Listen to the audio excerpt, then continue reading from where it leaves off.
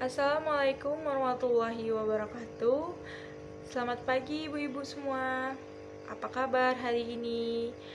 Baiklah, eh, di sini saya akan memperkenalkan diri terlebih dahulu. Nama saya Ira Dewi Sutomo. Ibu-ibu bisa manggil saya Ira. Saya dari Institut Kesehatan Mitra Bunda Batam dan saya mengambil program studi sarjana pendidikan dan profesi bidan. Baiklah, di sini maksud dan tujuan saya akan melaksanakan penyuluhan terhadap ibu-ibu hamil tentang ataupun mengenai preeklamsi. Baiklah ibu-ibu, sebelum saya menjelaskan lebih dalam tentang preeklamsi, saya sudah membagikan leaflet kepada ibu-ibu. Boleh dilihat di bagian depan. Nanti saya akan menjelaskan satu persatu yang ada di leaflet tersebut. Jika nanti ada pertanyaan, ibu-ibu yang ingin bertanya, boleh mengacungkan tangan ya ibu-ibu. Nanti mana tahu bisa saya jelasin jika ibu ada yang ingin bertanya ataupun kurang jelas. Nah, baiklah ibu-ibu, di sini saya akan menjelaskan terlebih dahulu tentang preeklamsia. Nah, apa sih itu preeklamsia? Nah, preeklamsia ini yaitu ibu-ibu peningkatan tekanan darah tinggi dan kelebihan protein urin. Nah, biasanya ini terjadi setelah kehamilan lebih dari 20 minggu. Nah, di sini itu ibu-ibu, walaupun ibu-ibu tidak memiliki riwayat hipertensi, bisa saja terjadi preeklamsia. Jadi seperti itu ibu-ibu. Nah, pasti ibu-ibu bertanya kan, loh, apa sih penyebabnya? Kenapa bisa terjadi preeklamsia itu? Padahal kan tidak ada riwayat hipertensi gitu kan ibu-ibu. Nah, baiklah, di sini saya akan menjelaskan lebih lanjut apa itu penyebabnya. Baiklah ibu-ibu, jadi walaupun belum ada penyebab pasti terjadinya preeklamsi ini kenapa, tetapi ada beberapa yang dapat memicu terjadinya preeklamsi. Nah, ibu-ibu harus ketahui dulu apa yang dapat memicu terjadinya preeklamsi. Nah, yang pertama ini bisa jadi ada riwayat penyakit ginjal, kemudian hipertensi, kemudian ada gangguan darah. Selanjutnya, yang kedua ini ibu-ibu bisa jadi kehamilan di usia kurang dari 20 tahun ataupun lebih dari 40 tahun. Jadi usia ini juga berpengaruh ya ibu-ibu. Kemudian bisa jadi ada riwayat hipertensi ataupun preeklamsia sebelumnya.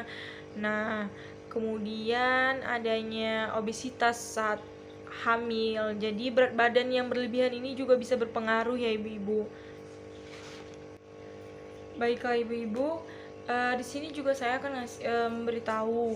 Jadi jika ibu-ibu di sini tekanan darahnya dari tekanan darah ibu ini 140 sampai 90, dicek pas 2 kali pemeriksaan di 4 jam, dalam 4 jam gitu, 2 kali pemeriksaan dan hasilnya sama 140/90 ataupun lebih. Di sini biasanya akan dilakukan pemeriksaan penunjang untuk mengetahui diagnosis preeklamsianya ini. Nah, di sini biasanya itu pemeriksaan penunjangnya ini ada tes urin. Nah, tes urin ini tuh untuk mengetahui kadar protein urin. Selanjutnya itu ada tes darah. Nah, tes darah ini biar mengetahui fungsi hati ataupun ginjal. Kemudian ada USG. Nah, USG ini bisa untuk mengetahui ataupun melihat pertumbuhan janin yang ada di ibu-ibu hamil. Kemudian di sini ada CTG. Di sini bisa untuk mengukur detak jantung yang ada di dalam kandungan ibu-ibu. Nah, sebaiknya setelah dilakukan pemeriksaan Jadi ibu-ibu bisa mengetahui diagnosis apa yang terjadi pada ibu-ibu. Makanya dilakukannya pemeriksaan penunjang ini. Jadi ibu-ibu saya juga akan memberitahu. Nah, jadi ibu-ibu ini jika terjadi preeklamsi kemudian yang tidak tertangani dapat menyebabkan juga komplikasi pada ibu-ibu hamil seperti solusio plasenta, kemudian bisa jadi kerusakan organ seperti gagal ginjal, gagal hati, kemudian bisa penyakit jantung, selanjutnya bisa juga gangguan pembekuan darah.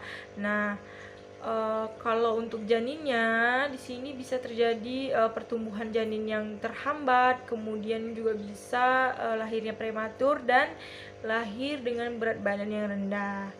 Jadi baiklah ibu-ibu, setelah saya melakukan penjelasan, nah apakah sampai sini ada yang ingin ibu tanyakan? Jika ada, ibu bisa mengacungkan tangan.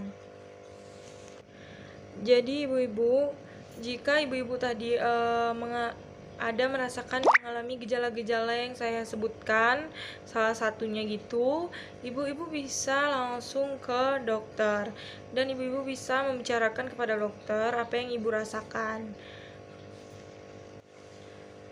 Baiklah ibu-ibu, di sini juga saya akan memberitahu. Nah, jadi tidak ada nih Bu cara khusus untuk mencegah preeklamsia, tetapi ada beberapa upaya yang bisa dilakukan calon ibu dan ataupun ibu hamil untuk menurunkan resikonya. Nah, di sini yang pertama ini bisa melakukan kontrol rutin selama kehamilan, kemudian bisa mengontrol tekanan darah, kemudian bisa menjaga berat badan ideal selama kehamilan ataupun sebelum kehamilan.